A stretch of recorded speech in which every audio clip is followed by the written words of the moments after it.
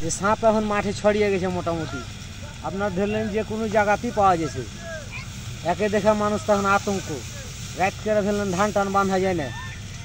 এই দিনে যা কাজ করা যায়, আগুন মাসের তো দিন, এখন দিন ছোটো, এখন তো কাজ করে ধরলেন পোষাইছে না, রাতে না কাজ করতে পারলে তো মুশকিল। এই তো ব্যাপার আমার এখন হয়ে গেছে। সেক্ষেত্রে মানে আতঙ্ক, মানে সাপের লাগে বিকল্প কোনো ব্যবস্থা নিয়েছেন কিনা, যে পায়ে জুতা পরা? জুতা ব্যবহার করি না, জুতা পিন্ধে তো আর কাজ করা যায় না ওরকম। জুতা পিন্ধে ধরলেন যে একটু কাদা টাদা থাকলে নামা যাবে না, তখন তো বিপদ।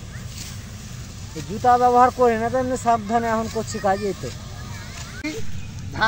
ধান বানতে আমরা একটা রাসেল ভাইপার পেয়েছি, ধান বানতে এখন তো আমরা সারা পুরা মাঠে কৃষকেরা তো আতঙ্ক, কিভাবে ধান রাতের বেলা বানবো, কিভাবে ধান কাটবো, আমরা তো আতঙ্কের মধ্যে আছি।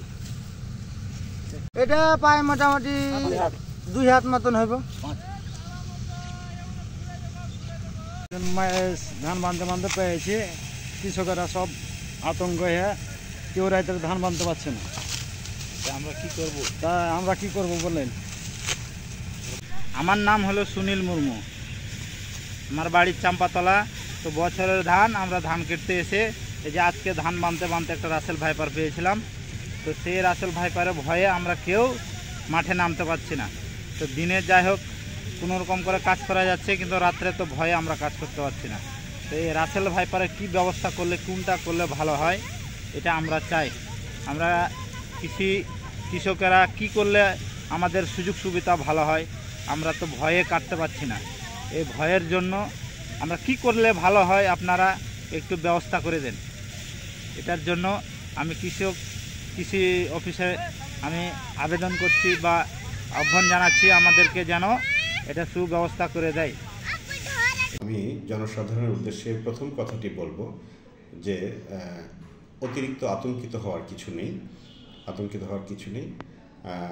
সাপ থেকে অত্যন্ত নিরীহ প্রাণী, সবসময় কিন্তু সাপ আমাদেরকে কামড়ায় না। অর্থাৎ সাপ থেকে একটু নিরাপদ দূরত্ব যদি আমরা বজায় রাখতে পারি, নির্দিষ্ট কিছু ব্যবস্থা গ্রহণ করতে পারি, তাহলেই কিন্তু এই সাপের কামড়ে আক্রান্ত হওয়ার সুযোগ কিন্তু আমাদের অনেকটাই কমে আসবে। তবে বেশিরভাগ ক্ষেত্রে আমরা যেটা লক্ষ্য করে থাকি যে আমাদের কৃষক ভাইরা যখন জমিতে কাজ করছেন, বিশেষ করে এই মুহূর্তের কথাটা আরও বলবো, ধান কাটার মৌসুম শুরু হতে যাচ্ছে। ধানের জমিতে ধান গাছের আড়ালে, ঝোপঝাড়ে বা বসতবাড়ির আশেপাশে বিভিন্ন ইটের স্তূপ বা খড়ির স্তূপ, এসবের ভিতরেও কিন্তু এই রাসেল ভাইপার সাপটি চুপ করে বসে থাকতে পারে। তো এই সমস্ত জায়গাতে যখন আমাদের জনগণরা কাজ করবেন, তারা যেন একটু সাবধানতার সাথে যান।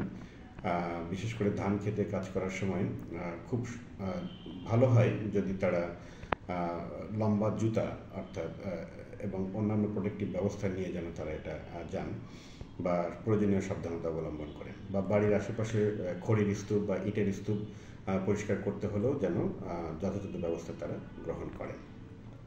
এবং সাপ কামড়ানোর পরে যদি সমস্ত সতর্কতা অবলম্বন করার পরেও অথবা অসতর্কতাবশত কোনো কারণে সাপ কাউকে কামড়িয়ে ফেলে, আমি প্রথমেই যে কথাটি বলবো, একদম আতঙ্কিত হবেন না, অথবা ট্র্যাডিশনাল কোনো চিকিৎসা গ্রহণের জন্য বিলম্ব করবেন না। আপনারা সরাসরি আমাদের হাসপাতালগুলিতে চলে আসুন। আমাদের 4টি উপজেলা স্বাস্থ্য কমপ্লেক্স এবং 250 হাজার বিশিষ্ট জেলা হাসপাতালে শুধু রাসেল ভাইপার নয়, যে কোনো বিষধর সাপ কামড়ানোর রোগীরই ম্যানেজমেন্টের সুষ্ঠু ব্যবস্থাপনা রয়েছে।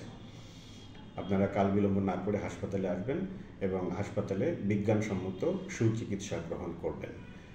মনে রাখতে হবে একটি বিষয়, যে রাসেল ভাইপার ক্ষেত্রে বিশেষ করে, যে সাথে সাথে হয়তো রোগীটা মারা যাচ্ছে না, বা একটু দেরি করে আসলেও হয়তো আমরা যদি তাকে অ্যান্টিভেনমটা যথাসময়ে দিতে পারি, তার জীবন বাঁচানো কিন্তু সম্ভব।